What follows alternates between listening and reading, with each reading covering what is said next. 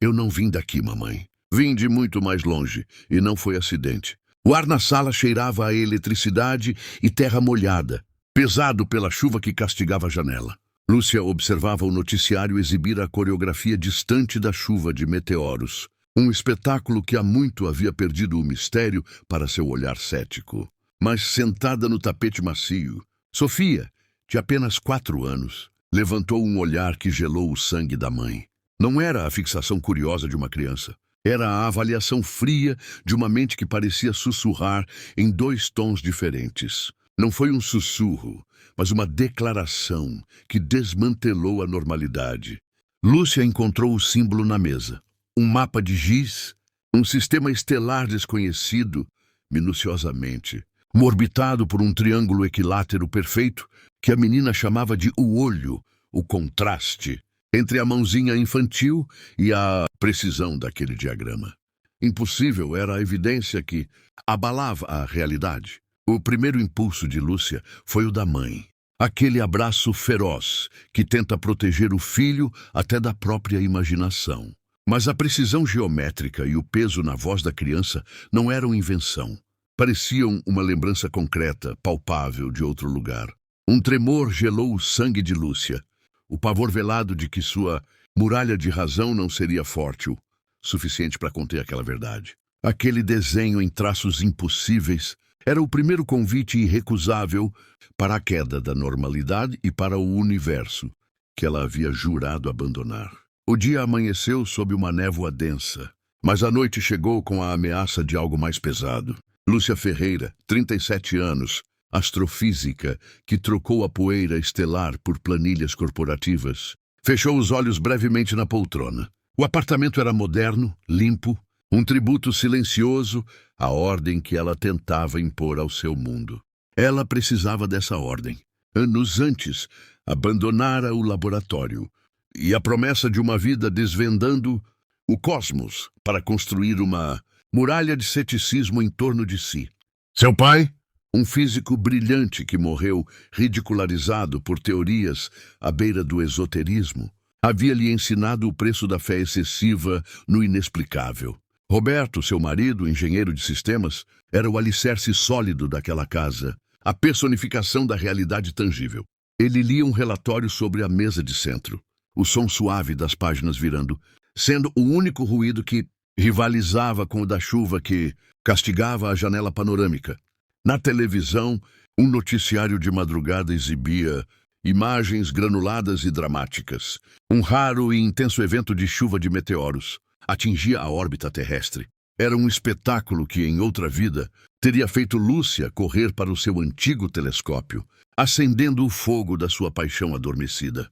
Sofia, a menina de 4 anos, sentada no tapete persa, parecia alheia ao espetáculo celeste. Os cabelos castanhos claros, quase dourados à luz bruxuleante da sala, estavam desalinhados, e ela empilhava blocos de madeira com a precisão obsessiva que herdara da mãe. Lúcia a observava com a ternura protetora que apenas a maternidade pode forjar, sentindo que, finalmente, havia trocado as incertezas cósmicas pela certeza do calor humano. Foi então que aconteceu. Sofia parou de brincar. Não foi um parar gradual, mas um corte seco, como se um circuito tivesse sido interrompido. Ela levantou o olhar do tapete, e o movimento não foi o de uma criança que se distrai, mas o de alguém que desperta de um sono profundo e doloroso. Os olhos de Sofia, normalmente grandes e cheios da luz travessa da infância, fixaram-se na tela, onde rastros luminosos riscavam o céu noturno. A fixação gelou o sangue de Lúcia. Não era um olhar infantil de fascínio, mas uma profundidade perturbadora, um reconhecimento milenar que não cabia em sua pequena face. Eu não vim daí, mamãe. Eu vim de muito mais longe, e não foi por acidente. A voz de Sofia, a voz, não era o tom doce e ligeiramente agudo que Lúcia conhecia. Era estranhamente modulada, um sussurro que parecia vibrar em 2 frequências diferentes, como um som que se propaga através de um eco. Havia uma solenidade, uma autoridade no timbre, que Lúcia, a mulher da razão, não conseguiu nomear. Era o som da distância, do vazio que ela havia tentado preencher com a lógica e o materialismo. O tremor que a atingiu não foi o medo comum, mas o pavor velado de quem reconhece um fantasma há muito tempo enterrado. Roberto baixou o relatório, franzindo a testa. "O que você disse, filha?" "Estava sonhando, acordada?" perguntou ele, o tom de pai divertido, tentando devolver a cena à normalidade reconfortante. Sofia não respondeu a Roberto. Seus olhos permaneceram fixos em Lúcia, uma conexão intensa que excluía o mundo. "Eles me disseram que seria diferente desta vez, que eu não cairia em um lugar tão barulhento." A menina gesticulou em torno da sala, o gesto de repulsa sutil, mas claro. O barulhento não era o som da chuva ou da televisão, mas parecia ser a essência do mundo deles. Lúcia forçou um sorriso, a máscara do ceticismo sendo posta à prova. "Ah, meu amor, o céu é muito longe. Viemos do hospital, da barriga da mamãe." "Não", disse Sofia, a voz ainda com aquela modulação desconhecida. Ela deslizou o dedo pelo vidro da janela, traçando formas que Lúcia não conseguiu distinguir na escuridão. "Eu não nasci, Lúcia. Eu fui enviada. E você deveria saber." A forma como ela pronunciou o nome da mãe, Lúcia, sem o mamãe, foi o segundo corte. Soou como uma colega de laboratório, uma cúmplice do passado que estava ali para cobrar uma dívida esquecida. Roberto finalmente sentiu a temperatura da sala cair. O sorriso forçado dele se desfez. "Sofia, vai escovar os dentes, mocinha." "Está tarde", interveio Roberto, sua voz já com o tom de autoridade que buscava encerrar a estranheza. Sofia obedeceu, mas o silêncio que a seguiu não foi de rendição. Foi um silêncio carregado, como a pausa antes de uma tempestade. Lúcia ficou na sala, o coração batendo com a cadência irregular de quem presencia um pequeno e irreversível colapso. Ela repetiu para si mesma o mantra da negação, imaginação, confabulação, estresse materno. No dia seguinte, Lúcia tentou varrer o evento para debaixo do tapete da rotina. Mas a rotina era um tecido rasgado. Ela pegou Sofia, desenhando na mesa da cozinha enquanto tomavam o café. Em vez dos esperados bonecos palito e casas tortas, a folha branca de papel sulfite apresentava algo de tirar o fôlego. O desenho era o oposto do traço infantil. Linhas firmes, simétricas, traçadas com uma precisão que desafiava a coordenação motora de uma criança de 4 anos. No centro, havia um sistema estelar complexo. Não o nosso sistema solar familiar, mas um aglomerado de 4 estrelas principais, todas orbitadas por um único planeta de anéis azuis e roxos, minuciosamente detalhados em sua composição. E havia o símbolo, orbitando o planeta natal. Havia um objeto em forma de triângulo equilátero perfeito, com um círculo no centro. Sofia o havia desenhado de forma tão destacada, quase tridimensional, que parecia saltar do papel. A menina chamava esse objeto de o olho. Lúcia pegou o papel, suas mãos suando. O que mais a chocou não foi o objeto em si, mas a escala. O desenho parecia uma projeção. Ela reconheceu as órbitas, os vetores, a densidade da matéria. Era o tipo de diagrama que ela, em seus dias de glória na astrofísica, teria levado meses para calcular com softwares avançados. Um terror velado, um tremor que Lúcia não conseguia nomear, transformou-se em pavor absoluto. Lúcia, então, fez o que o cético em colapso sempre faz. Buscou a confirmação na fonte que jurou ter abandonado. No sótão empoeirado, onde guardava as relíquias de sua vida científica, ela encontrou um caderno de esboços antigo. Era um projeto universitário sobre sistemas estelares exóticos, uma teoria ousada sobre vida em sistemas binários e quádruplos. Ela abriu a página. Ali, desenhado com sua própria caligrafia, estava um esboço teórico. Uma conjectura puramente matemática sobre um aglomerado estelar que poderia abrigar vida, a forma do planeta com anéis, a posição dos sóis. E no canto, como um rabisco abandonado, um pequeno triângulo equilátero, que ela havia chamado, ironicamente, de Punctum Australia, o ponto estelar. Lúcia jogou o caderno de volta na caixa como se ele queimasse. A porta da sua vida antiga, que ela havia selado com tanta convicção, estava sendo reaberta com a chave de uma criança de 4 anos. O incidente incitante havia sido acionado pela voz, mas o gatilho emocional real foi aquele desenho. Aquele símbolo, o olho, era o primeiro convite irrecusável para um universo que Lúcia jurara ter abandonado. O contraste entre a sofisticação técnica do desenho e a inocência da criança era a prova inicial mais dolorosa. Roberto, o engenheiro, percebeu a mudança na esposa.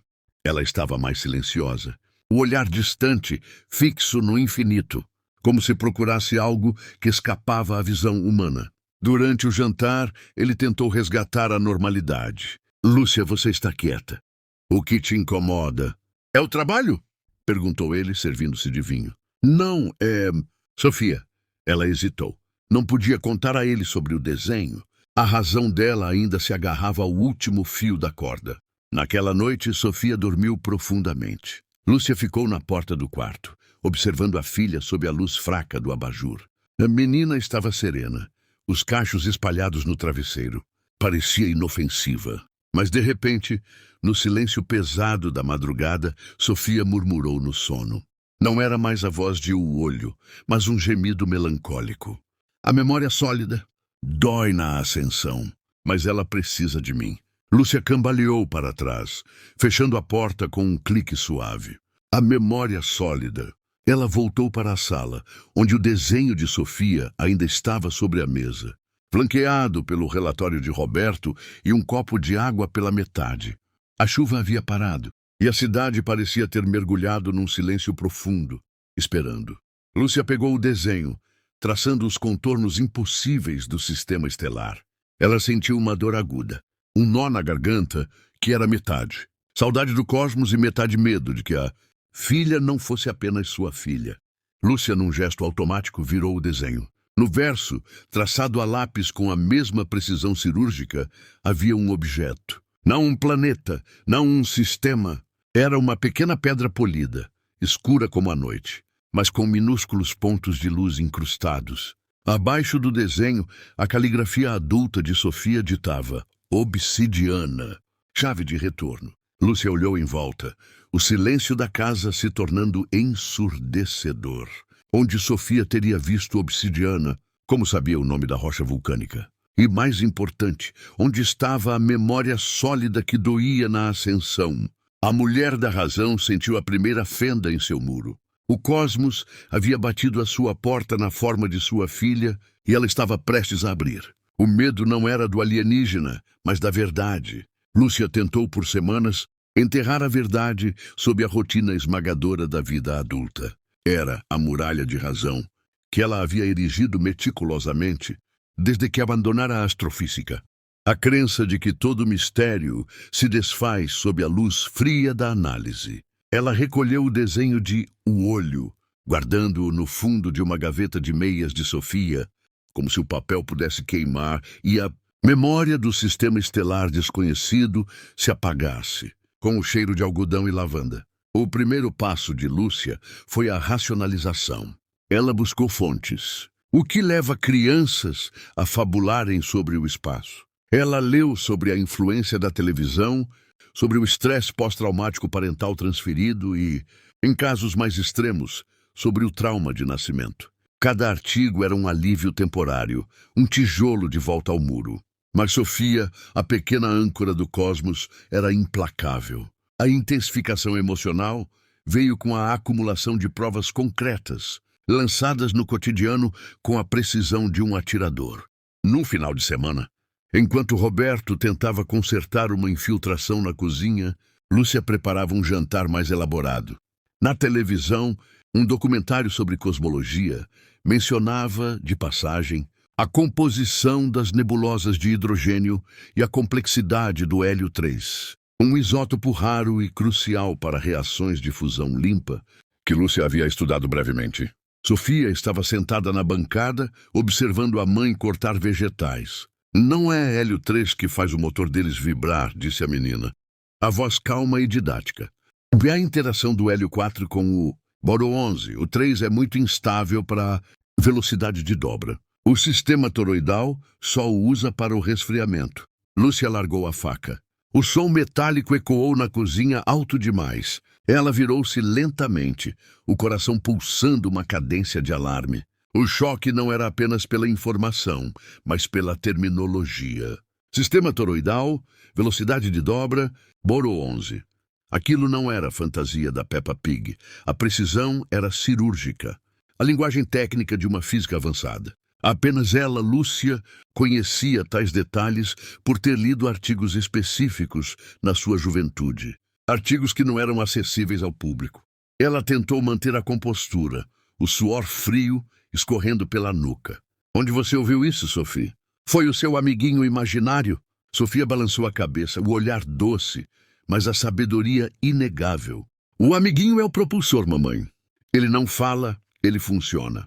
Você que me ensinou a desmembrar o sistema em partes menores. O carrossel emocional de Lúcia começou sua oscilação violenta.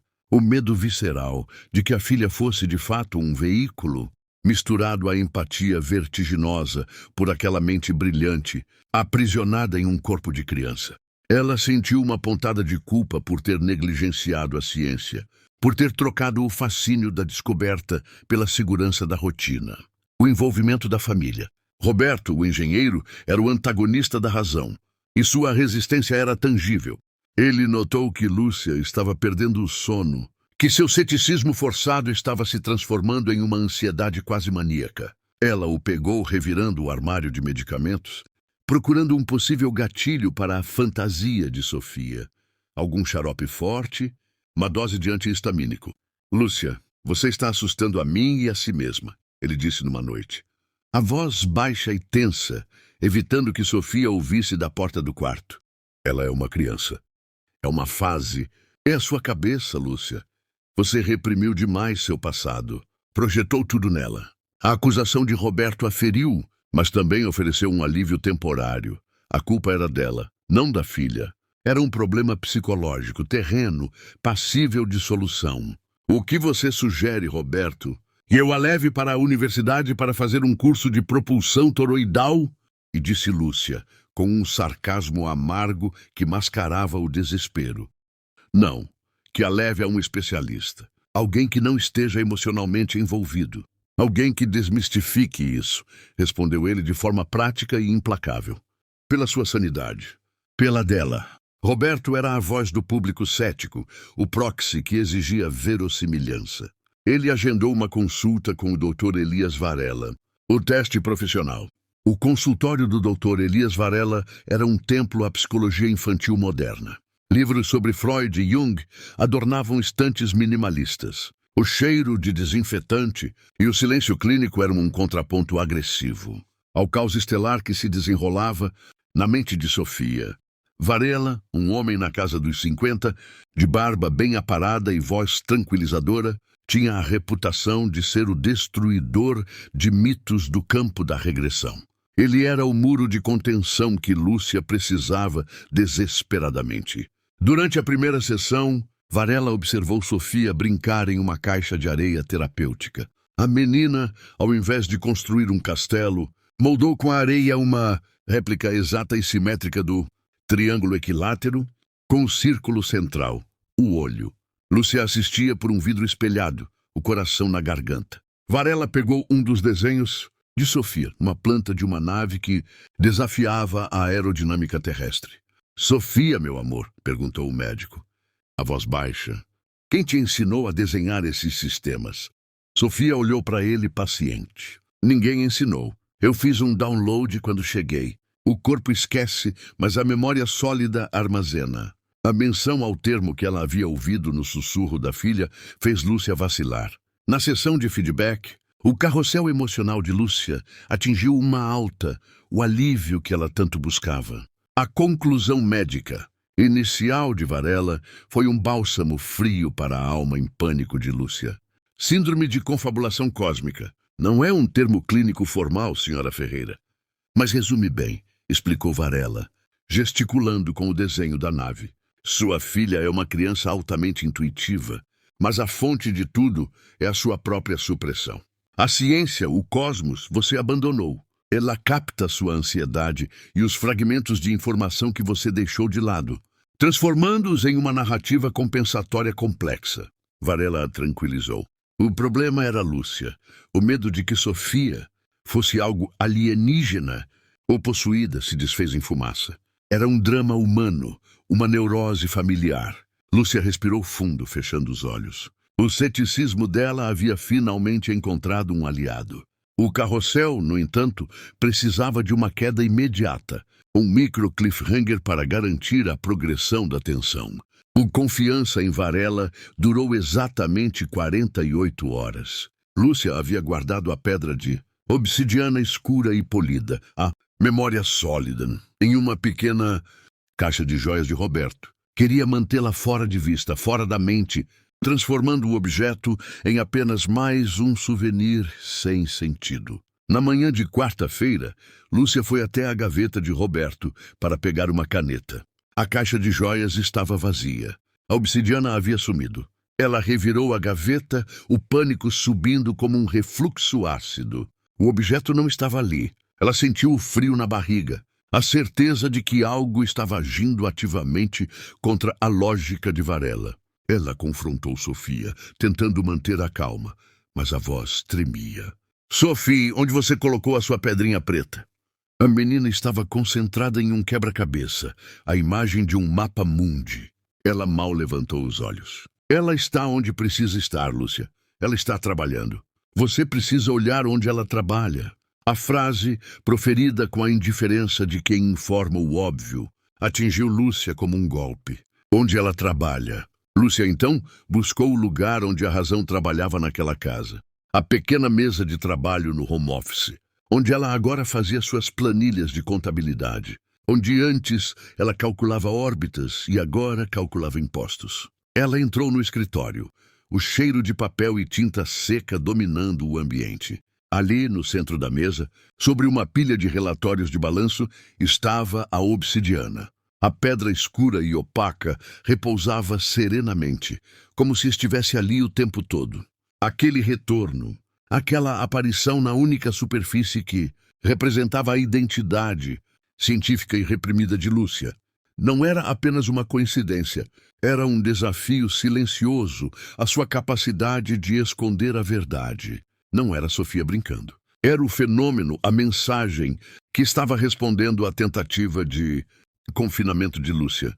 O muro de contenção de Varela ruiu sob o peso daquela rocha negra. Lúcia pegou a pedra. Estava fria.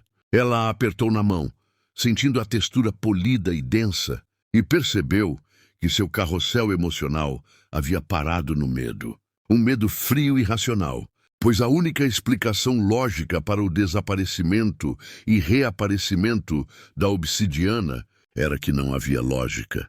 A tensão cresceu de forma contida, sem gritos, apenas no desconforto e na dúvida que se instalou definitivamente entre o casal. Roberto, ao ver a pedra sobre a mesa de trabalho, olhou para Lúcia com uma mistura de preocupação e ceticismo. Ele acreditava que a esposa estava agora participando ativamente da confabulação da filha, talvez até manipulando os objetos em seu estado de privação de sono. Lúcia se sentiu sozinha na encruzilhada. A ciência, Varela, havia falhado. A razão, Roberto, a julgava.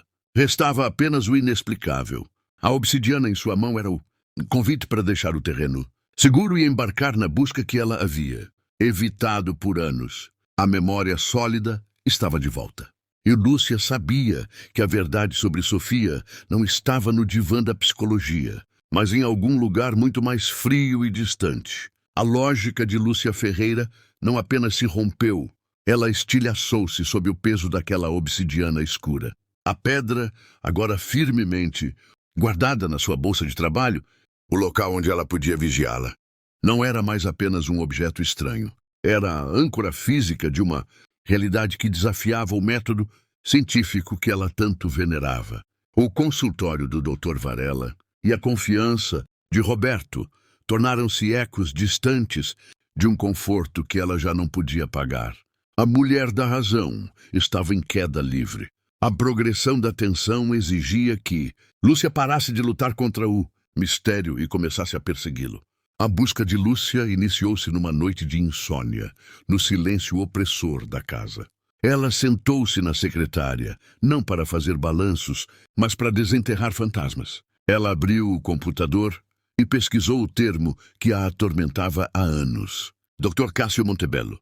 Cássio havia sido seu mentor e colega na faculdade. Um astrofísico brilhante, apaixonado, mas excêntrico, que morreu num aparente suicídio 5 anos antes, pouco depois de ser ridicularizado pela comunidade científica por publicar uma série de artigos sobre tecnologia de ascensão quântica e vida em sistemas estelares quádruplos.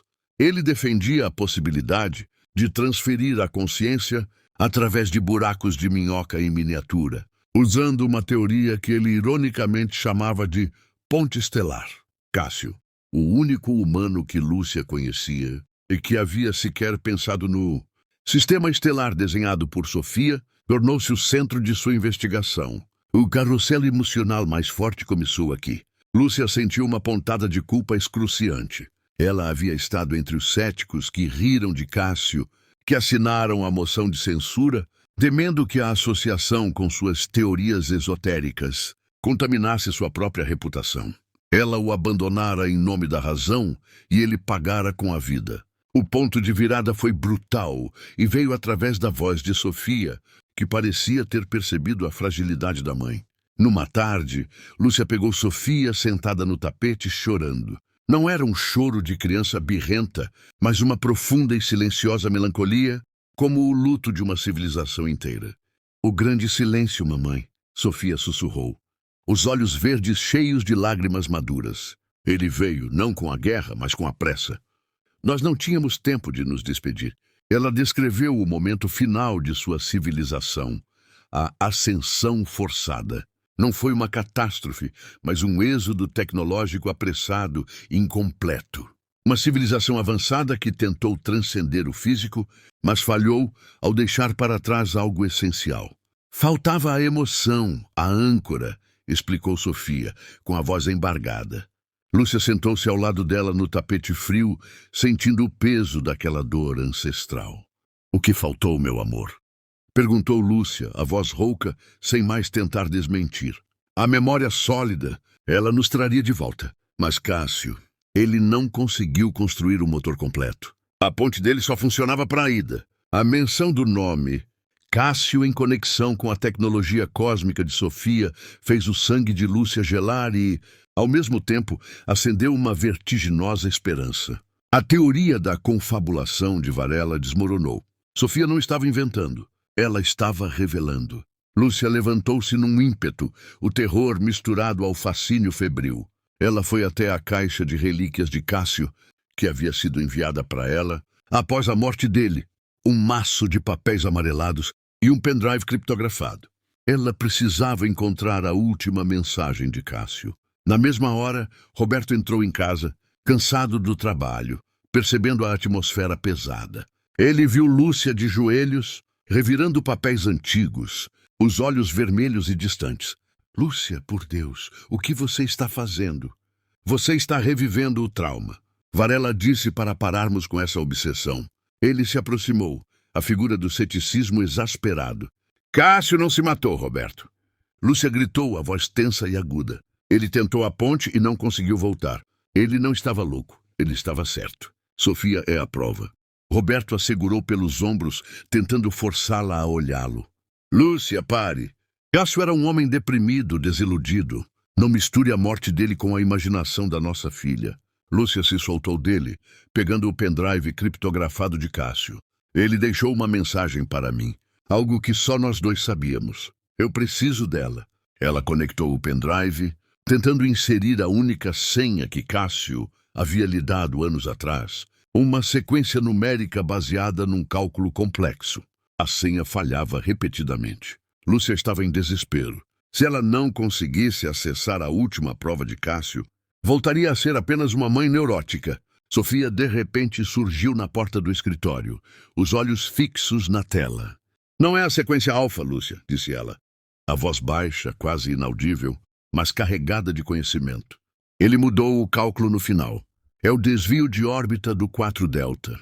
Sofia aproximou-se do teclado e digitou uma sequência que Lúcia jamais teria imaginado, uma alteração minúscula, um erro corrigido no último cálculo de teletransporte quântico de Cássio. O pendrive acendeu.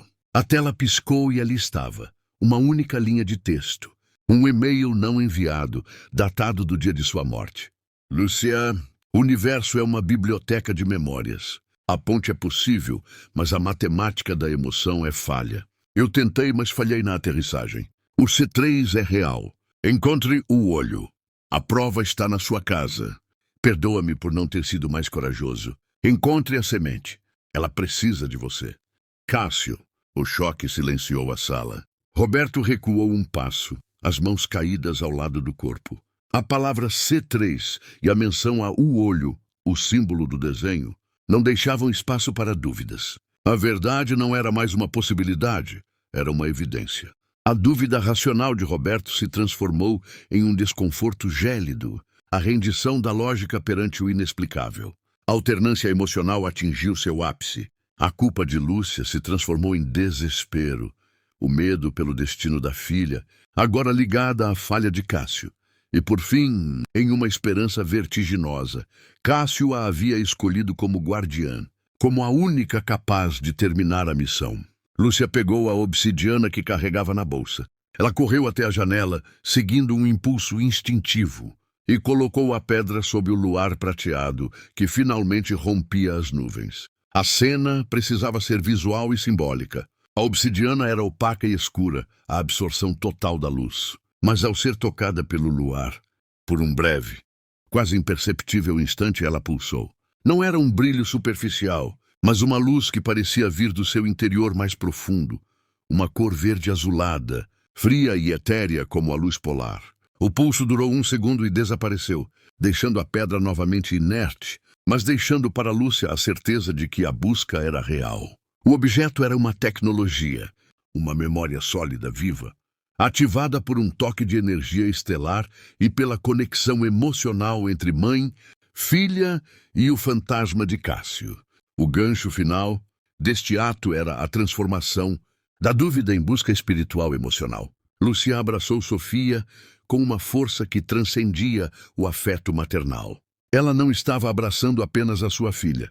Estava abraçando um emissário, uma missão. Vamos terminar o que Cássio começou. Meu amor, ela sussurrou, a voz cheia de uma nova determinação.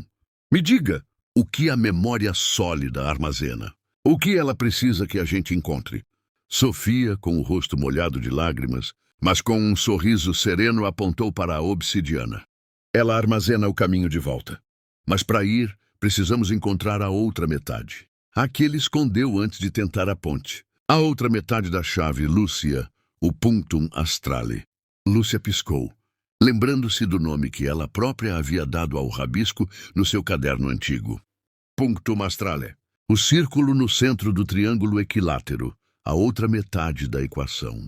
E a busca, agora, tornava-se uma corrida contra o tempo para encontrar a segunda peça de um quebra-cabeça cósmico, escondida por um homem morto que, na verdade, havia apenas aterrado de forma errada. A incerteza não era mais se o fenômeno era real, mas como usá-lo. Lúcia e Sofia estavam agora unidas por um objetivo: encontrar o Punctum Astrale, a outra metade da chave, o objeto físico que Cássio escondera. A busca não era mais por provas, mas por redenção e sobrevivência. Roberto, o engenheiro prático, havia se retirado para um silêncio perturbado. Ele não endossava a busca, mas o e-mail de Cássio e a precisão de Sofia haviam silenciado o seu ceticismo mais agressivo, transformando-o em uma vigilância passiva. Lúcia focou-se nos últimos dias de Cássio, revirando seus e-mails e anotações. A única pista sólida era uma menção a um presente de despedida, deixado para Lúcia num lugar onde a memória era cultivada, mas a ciência era esquecida. O lugar que mais se encaixava nessa metáfora era a casa-museu do pai de Lúcia. O pai de Lúcia havia sido um físico visionário, cujas teorias heterodoxas haviam sido ridicularizadas. Após sua morte, a família transformou o seu modesto laboratório e casa de campo em um pequeno museu, particular, um tributo melancólico à sua genialidade marginalizada. Era um lugar de memória, mas também de trauma para Lúcia. A cena do confronto final e emocional exigia um local de forte carga simbólica. Lúcia e Sofia viajaram sozinhas para a casa-museu, uma jornada emocional de regresso ao passado. O museu cheirava a naftalina e poeira antiga de giz. O local era a antítese do consultório asséptico de Varela. Era um templo à ciência apaixonada e desordenada. Enquanto Lúcia revirava a bancada de trabalho do pai, procurando a outra metade da chave, Sofia vagava pela sala. A menina parou diante de uma velha fotografia em sépia, Cássio e Lúcia, jovens rindo abraçados num congresso. Sofia olhou a foto e, de repente, apontou para uma estante. Lá, ele deixou um objeto que só você e ele conheciam, o metal que não esquece. Lúcia seguiu o olhar de Sofia. No meio de troféus empoeirados e livros antigos, estava um pequeno e pesado modelo de bronze de um motor estelar toroidal, um design que Cássio e Lúcia haviam esboçado juntos como uma piada durante as aulas. Era o metal, a representação da teoria que Varela chamara de confabulação. Lúcia pegou o objeto. Era uma peça de engenharia complexa, fria e pesada. Ela sentiu que estava segurando o peso da culpa por ter abandonado Cássio e o sonho. A tensão atingia seu ápice. A busca estava quase completa, mas o medo de usar a chave era paralisante. Enquanto examinava o objeto, uma fenda, na parte inferior do modelo de bronze, escondida sob uma camada de poeira e pátina, havia uma pequena incrustação, um minúsculo cristal facetado, perfeitamente redondo, brilhando como um diamante negro. O punctum astrale. O cristal era a antítese da obsidiana, a memória sólida e escura. O punctum astrale era a memória luminosa, o ponto focal da transmissão. Lúcia levou o cristal até a luz da janela. O sol da tarde filtrou-se através dele, projetando um espectro de cores que não deveriam existir. Neste momento, a cena sensorial e simbólica se desenrola. O confronto não seria com Varela, mas com a sua própria consciência. Sofia aproximou-se da mãe, tocando o motor de bronze com o punctum astrale. Lúcia segurava a obsidiana na outra mão. A conexão dos dois objetos agiu como um catalisador emocional. O ambiente mergulhou num silêncio sensorial avassalador. O ar ficou espesso, com cheiro de ozônio e algo mais, algo metálico e distante. Na mente de Lúcia, uma torrente de imagens explodiu. Ela viu Cássio, não como o homem deprimido que se suicidara, mas como o cientista desesperado, tentando a ponte no meio de seu laboratório, o rosto coberto de suor e frustração. Ela viu o momento do erro no cálculo de Cássio. Ele havia se conectado, mas a sua memória emocional falhara na transmissão. Ele havia se perdido no éter. Seu corpo físico não suportara o choque. E ela viu Sofia. Sofia não era Cássio. Sofia era uma semente plantada por uma civilização, uma âncora de conhecimento puro, enviada para resgatar o erro de Cássio e despertar Lúcia para o conhecimento que ela havia abandonado. Sofia carregava a memória de Cássio, mas não a sua alma. Ela era uma ponte para a redenção dele e o despertar de Lúcia. A voz de Sofia, profunda e calma, a voz de O Olho, ressoou na mente de Lúcia, sem que a menina abrisse a boca. Lúcia, ele tentou sozinho. A ponte exige uma dupla polaridade. A razão, Cássio, e a emoção, você. O cosmos nos exige inteiros. É o momento de aceitação. Se não completarmos a transmissão, a semente vai secar. E a ponte para Cássio se fechará para sempre. O clímax emocional alcançou seu pico. Lúcia tinha o poder de salvar a missão cósmica de Sofia e redimir Cássio. Mas o preço era abandonar completamente sua vida de ceticismo e abraçar o inexplicável. O confronto interno entre fé e razão se manifestou fisicamente. Lúcia sentiu uma náusea intensa, o corpo reagindo à energia cósmica liberada. A catarse era iminente. Ela olhou para Sofia, os olhos cheios de um amor que transcendia o vínculo terrestre. Lúcia fez a escolha. Ela fechou os olhos e apertou as duas. E Javes, a obsidiana e o punctum astrale nas mãos. Eu aceito. Ela sussurrou, a voz rompendo o silêncio pesado. Eu sou a ponte. O que eu faço? Sofia, o segredo inquestionável agora totalmente revelado, guiou a mãe. Coloque a obsidiana no centro do motor de bronze. Lúcia, agora. E lembre-se do amor que você sentia pela ciência, pela verdade, pela dor de Cássio. Lúcia encaixou a obsidiana na cavidade do modelo de bronze. O objeto reagiu com uma explosão de luz silenciosa. Não era uma luz que cegava, mas uma luz interna que parecia iluminar a alma. No centro da sala empoeirada, o ar vibrou. A estante com os livros do pai pareceu desaparecer. Naquele campo de energia silencioso, Lúcia viu a verdade. Ela viu um espectro de cores, códigos e sequências matemáticas. E no meio desse turbilhão, ela viu uma figura. Era Cássio. Não mais um fantasma, mas uma forma luminosa, pura consciência, aprisionada na falha da transmissão. Lúcia, perdoa-me. A voz de Cássio ressoou na mente dela, cheia de alívio e gratidão. Eu te amei, mas eu confiei demais na máquina. A máquina era a sua fé. A liberação emocional foi total. Lúcia chorou, não de medo, mas de empatia e redenção. Ela sentiu que a sua alma estava em contato direto com a alma de Cássio, completando o que a morte interrompera. A ambição de Sofia não era de invasão, mas de cura quântica. Sofia, a âncora estelar, sorriu. Ela tocou a mão de Lúcia. A ponte está completa. O conhecimento foi transferido. Você está despertada. Eu posso voltar. A semente está plantada. O universo não gosta de pontas soltas. A luz começou a se desvanecer. O cheiro de ozônio dissipou-se. A sala de volta ao museu. A obsidiana e o punctum astrale estavam no motor de bronze, agora inertes. Apenas objetos de metal e pedra. Sofia, de repente, voltou a ser apenas uma criança de 4 anos. O cansaço a atingiu. Ela esfregou os olhos. Mamãe, estou com sono.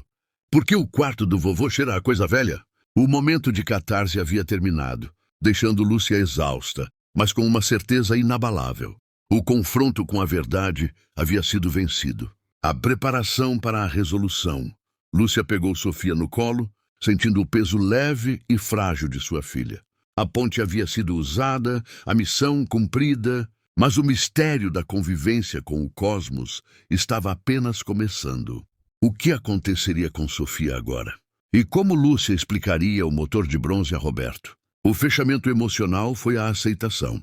Lúcia encontrou paz ao entender que o amor, o laço que a unia a Sofia, a dor que sentia por Cássio, a saudade que a ligava ao seu pai, era a verdadeira tecnologia de dobra que atravessa o tempo e o espaço. Ela era, finalmente, a ponte que Cássio não conseguiu ser sozinho.